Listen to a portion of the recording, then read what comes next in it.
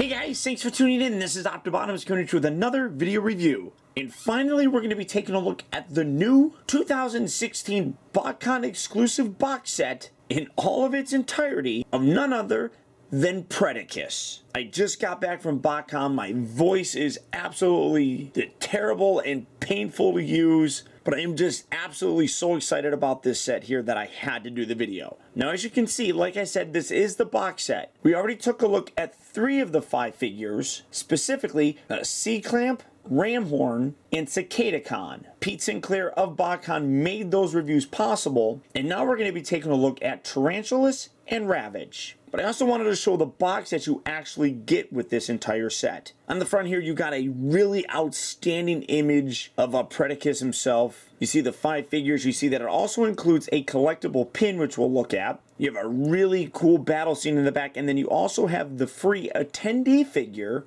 kind of flying around there in the background as well, that being Pterosaur. On the side here, you got Transformers The Generations logo.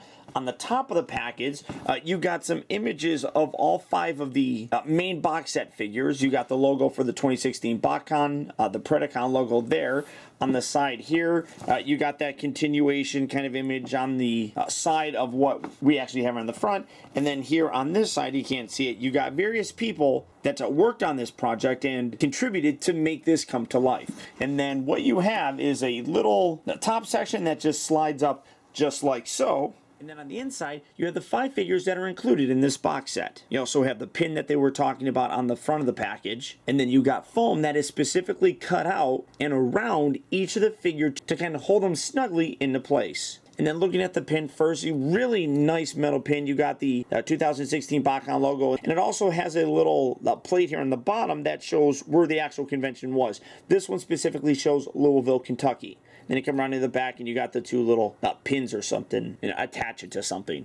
And then what you have here, like I said, just sliding out this foam, all the accessories and things of that nature are underneath. Oh, it all fell, but you have all the extra accessories underneath there. You got the weapons, you got the hands and the feet, and then each of them, and this is kind of funny because these are really kind of thin plastic. I mean, you got a very nice, heavier duty plastic compared to this. I mean, this is kind of like a grocery store bag or something like that. But you can see, like, for example, you got Tarantulas here, then you got a bio with this tech specs with some incredible art there.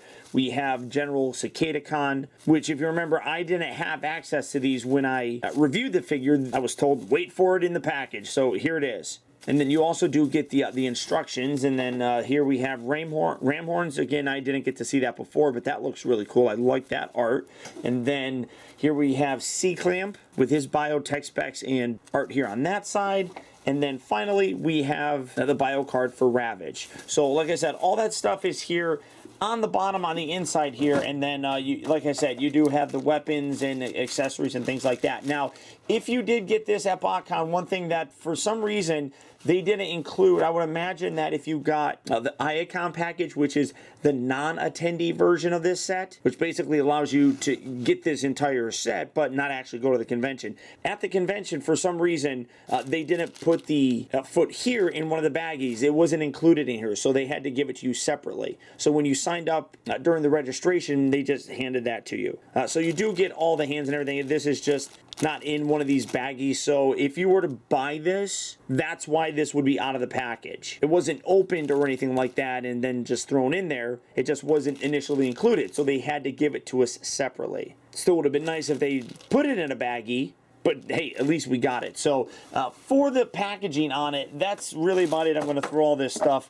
in there. Now, like I said, the only figures that we haven't taken a look at yet are going to be Ravage here and then Tarantulas. So we're going to take a look at these guys real quick. But for the packaging and all that kind of stuff, that's about it. So without further ado, let's get these guys fully out here, take a look at them, and then we'll take a look at PREDACUS himself. Alright guys, so here we have Ravage and Tarantulas opened up and out of their packaging. Now, in addition to the box and everything like that, you also do get a certificate of authenticity, which, it says this certifies that the holder has participated in 2016 Botcon, blah, blah, blah. Further certifies that the company Combiner Wars, authentic, said, blah, blah, blah, blah, blah. And then you got the Transformers Collector Club director as well as the brand director with their signature down there. So that's nice. It definitely gives it a little bit of a collectability. And you also get the Dawn of Predacus comic book. Now, there are two different versions of this. This is the one that came with the actual box set. You could buy another one, which was a variant cover of sorts, which I didn't buy, but it did look really very cool. And what you basically have here is the story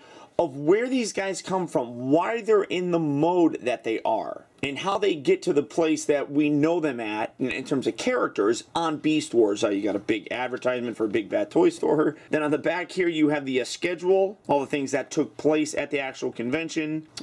Flipping it over here, you got some frequently asked questions, you got some other items that you could buy at the convention itself. On the back here you had the special guest, and as well as kind of a highlight of the various seminars and panels that took place. And the basic gist of the story is, without giving too much away, that these take place in between basically the end of the Great Wars on Cybertron and Beast Wars. You know, the battle has been going on for a very long time, and it kind of is set in between, you know, like I said, the end of that war and the new series. Which is great. It bridges a very nice gap and explains why these Beast Wars characters still have vehicle modes, and I absolutely love it. Now, taking a look at Ravage first, now this does utilize the, I think it's Breakdown and the Sunstreaker mode, so in terms of weapon storage and things of that nature, it is basically the exact same. I think Pete, when he actually sent me those Tripredacus Council figures, accidentally put this in there. I don't think that was supposed to be there. This is Ravage's weapon, but for some reason he put it in there, so maybe it was a little, you know, tease for what's coming up ahead. And then you have this foot, hand, weapon sort of thing here that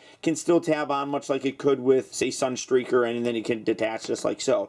Now, this does feature a new head sculpt, but the primary change on here is going to be the color on it. As you can see, very nice black. You got some red up here for his taillights, and then you got some really nice kind of off blue color for the windshields, and then you got the back section. I like how that all comes together. It looks really very nice. You can see that he does have a Decepticon logo as well as a red Predacon logo. So as you see with like Tarantulas, his is purple. Now, well, actually, no, that's more black than anything. It kind of looked purple. It's surrounded by purple. It kind of looked purple, but no, that's black. So that's really cool that they did that, because remember that the Predacons really weren't all that bad. It was Megatron that essentially corrupted them. The Decepticons were disbanded, and all Cybertronians kind of went with that sort of thing. But Ravage was a character from the early days that was a Decepticon that, you know, eventually reverted back to a Decepticon. So it's nice that they actually put that on there as well. I really dig that. You got some nice silver here for the rims. In general, if you're familiar with the mold, it is basically the exact same here in the car mode. It's just the color that's a little bit different. He does have a new head, but we'll take a look at that here in a little bit.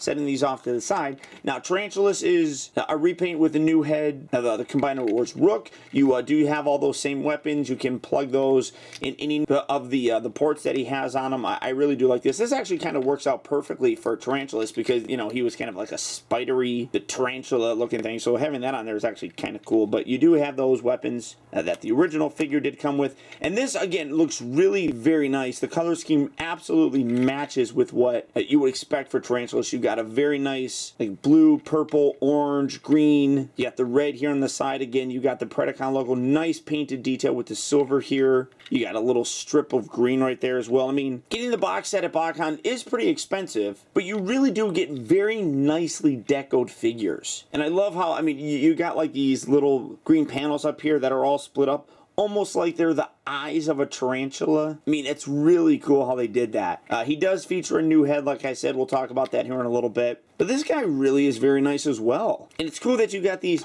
you know, two separate kind of thing. I mean, you have basically the two spies for the Tripredacus Council here. So I definitely think that these were nice kind of characters to bring into the fold for things. Really very happy with how these turned out. Now, because we have seen the transformation on these particular molds multiple times, nothing really changes. I am going to go ahead and skip it. But if you need any help with the transformation sequence or anything like that, you can check out my playlist of the Combiner War figures. You can find Sunstreaker and Rook, and you can get any help that you may need. But utilizing some movie magic, we're going to go from Tarantulas as well as Ravage looking like this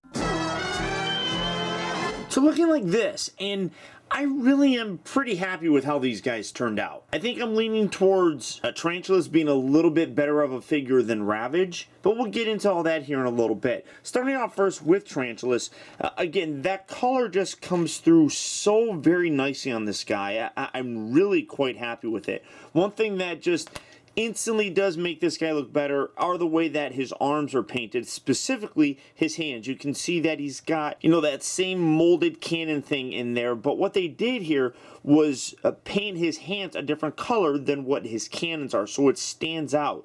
I mean, from the side, you still can't tell or anything, but at least with the added paint on there, it just really does help to kind of flush out some of those extra details. I mean, minor little things like that are really what some of the price that we're paying for these go towards. You know, obviously we got the new head, but the paint deco on here just really does look terrific. Now, coming in here to take a closer look at the head sculpt, you can see a very tarantulas looking head. I love it. Even when you, it's so cool that, I mean, you can even see that these small little green dots around here. I mean, those are very tiny, but the fact that they're painted just really does help to sell everything. I mean, it's amazing how they got that. And I mean, I know some people have complained. You come around here to the back and you can see some great detail even put on the back of his head.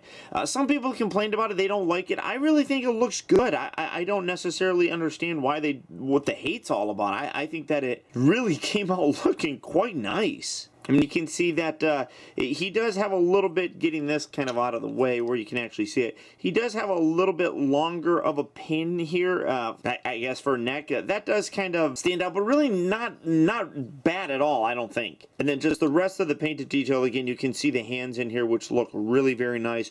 All the extra detail here painted in his abdomen area and things of that nature. Just overall really nicely done. I am quite happy with how this guy turned out. It just is a very cool looking figure. And since, for me, Rook isn't really a character that I care too much about in the first place, this mold works perfectly, I think, for Tarantulas, and kind of helps to add a new character of sorts to my overall Transformers display. Now, coming to the Ravage figure, this one has gotten some criticism, and in talking with Pete Sinclair, he even admits that this did not turn out as great as some of the other figures, and if he could go back and redo some things, he definitely would. It still is a good-looking figure, I think. The overall paint scheme works very nicely. You got this softer kind of bluish color that comes through. Really very nice on it. The biggest complaint for it is going to be his head. Now, in general, the sculpt on the head looks really good, except when you come around to there. It does look very flat, and that's because it is very flat. Now, a lot of it has to do with the fact that it has to fit in the section right here to be able to transform it. I get that. I mean, the biggest problem is, I guess, the snout not really fitting in there very well. Overall, the sculpt looks great. I mean, I love the eyes. Again, the nice paint applications. You got the silver. You got his actual teeth that are painted silver. The back of the head actually has some nice molded detail as well. But it definitely looks off because of how absolutely flat it is. And again, I think that this is a figure that they wish that they could redo if given the opportunity. The other issue is, as you can see, he's got a much larger neck peg. Now, there is a fix for that. It involves some tools in, I think, taking this off and kind of sanding some of that down or something like that. If you were at Botcon and you took this to the information desk, there was a guy there, I forgot his name, that was able to actually fix it and do it right there for you so that you could have, you know, the head that would sit a little bit lower. It doesn't do anything for the flatness of the head, obviously, but it would fix, you know, the height of it. And with that, you also have to worry about how Tigatron looked, and because they use the same mold and the same head. So if you have a problem with this figure, you're probably going to have a problem with that one as well. But in general, like from the front here, I don't think it looks bad really at all. I think that it looks pretty good. If you had that neck peg lowered a little bit, I think it would look a lot better. But just from the front here, I think it looks good. I don't know how many people are going to be displaying their figure with his head turned like that. I mean, that's not really an excuse, I guess. As I said, the rationale behind this is to make it fit in the actual vehicle mode. But the sculpting in general, I think, on both of these figures looks really very good. The Four Horsemen did the sculpting for this, and I think they did an excellent job on them. I mean, you probably know them from the work that they've done on Masters of the Universe Classics and many other sort of things, and I think that they did really good here with what they had to work with. I do think Tarantula's results turned out a little bit better than with Ravage, but I still think that they came out really nice. Now, as being part of the Predacus himself and being part of the whole box set, they actually formed the legs of Predacus. So getting these guys into their leg configurations, this is what you have. Again, these are combined awards, so these can be arms or legs. It really is up to you how you want to transform this guy. But the official transformation, like I said, has these guys being the legs, and then has the red set of hand, feet, gun things as the feet for this guy. The actual black ones they have listed as being the hands. So here he is.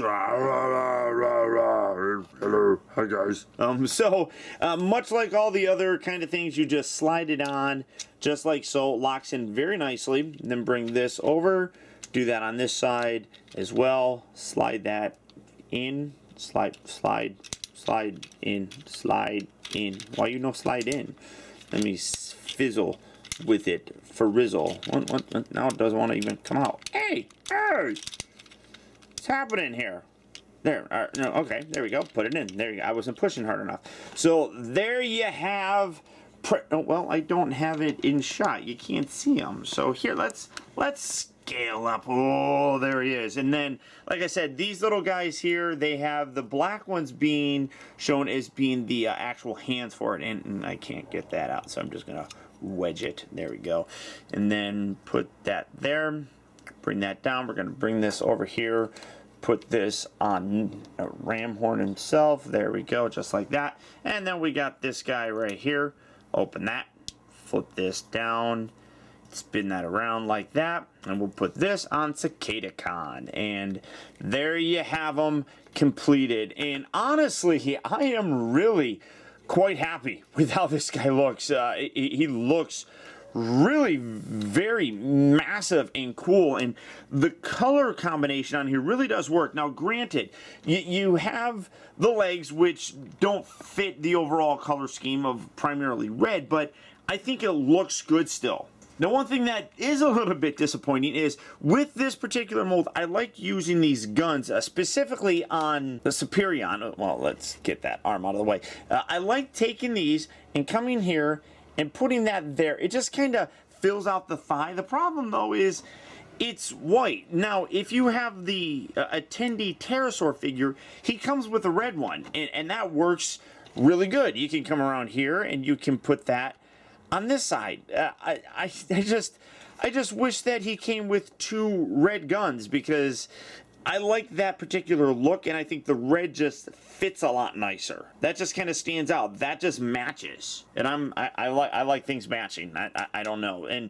unfortunately, there's only one way that you could get this particular figure to get that red gun, and that's by attending Botcon and maybe even getting multiple packages, because you only get one of those red guns. I wish that they found a way to give us two of them. I mean, we already are getting another one. I wish that instead of giving us that color, they gave us a red one just to kind of match like that. So it is a little bit unfortunate, but I really think that this guy turned out very cool. Now, yeah, he does not look like the original Predacus figure that we got with like Beast Wars. I don't remember. It was a weird one. I mean, the head's a little bit more similar, but the colors don't match anything. But I think that this does look really very cool. I love how it turned out. Now, again, as part of the Combined Award, you can kind of mix and match and make things look how you want.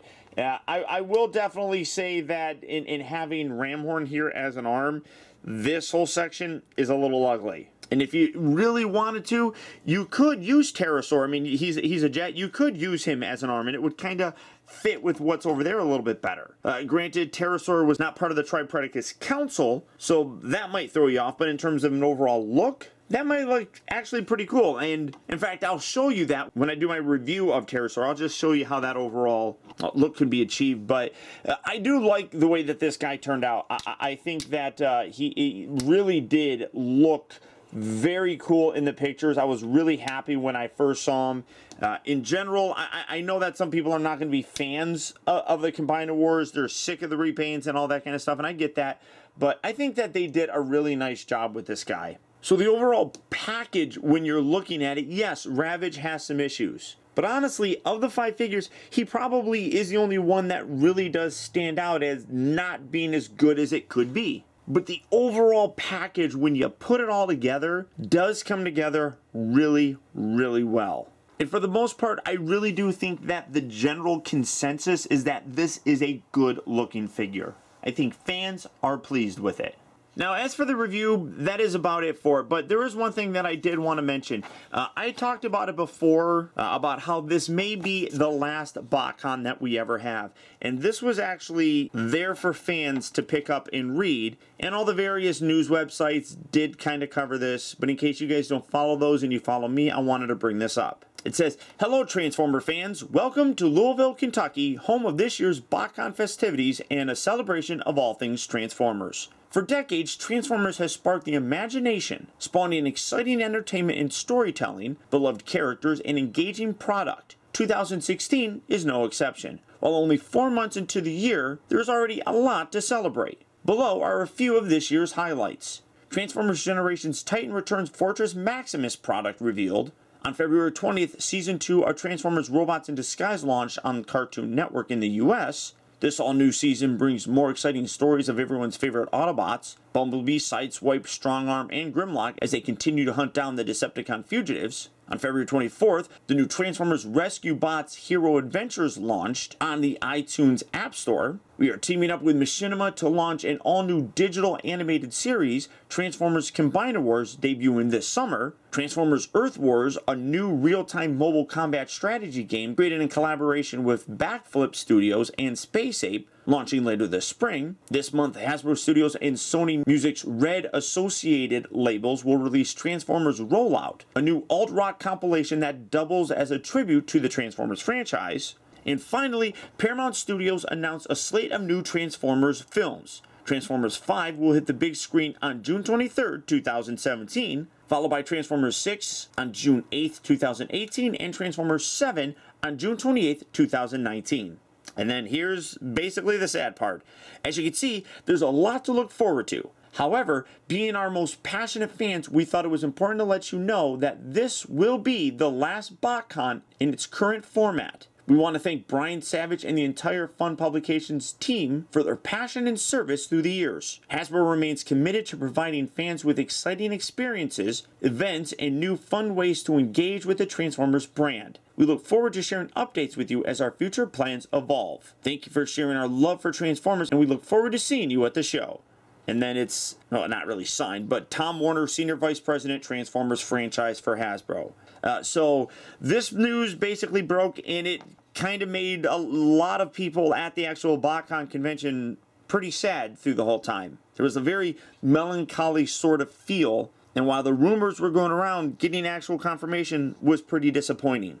Later on, they had a really great panel going over the kind of history of Botcon and things like that, and there were several times where emotions really got pretty high. Ultimately, think what you want of FunPub, think of what you want of Brian Savage or Pete Sinclair. These guys are truly passionate about what they do. Yes, it is a business, but I've seen it with my own eyes that these guys really do care. And listening to Brian Savage almost break into tears as he was talking about how much he owes Transformers and how much, regardless of who is controlling the official convention, he wants us to support it. Even though it's not going to be him, the biggest thing about all of these conventions, whether it be Botcon or any other that you may go to, it's never been about the toys. It's always been about the fans and the friendships that you create. I have friends that I never would have met had it not been for Botcon. There are memories that I have that honestly I wouldn't trade for the world. I mean, going from my first Botcon in 2011 to my last one in 2016, every single one of them holds a very special place in my heart. So on a personal note, I do want to thank Brian Savage, Pete Sinclair, everybody else associated with Botcon for all their hard work in bringing so many people together to create friendships, to create bonds that hopefully, even though Botcon's not there, will last our entire lives. In addition to that, I do want to send a very special thank you to Pete Sinclair. Simply because there's a lot of reviewers that he could have chosen to work with over the years, but he chose to work with me. Whether it being able to review these guys a little bit early or some of the Transformer Collector Club figures early, he made it possible that I was able to take a look at those before anybody else. And that's honestly the closest that I've ever been to working officially with Hasbro, which honestly would be a dream come true for me. So Pete, thank you for making that possible. And to you and the rest of everybody associated with FunPub, your families, I wish you all the absolute best of luck in the future. But that's it, guys. So once again, I want to thank you for tuning in. This has been Optibottomus. And until next time, I'll talk to you later.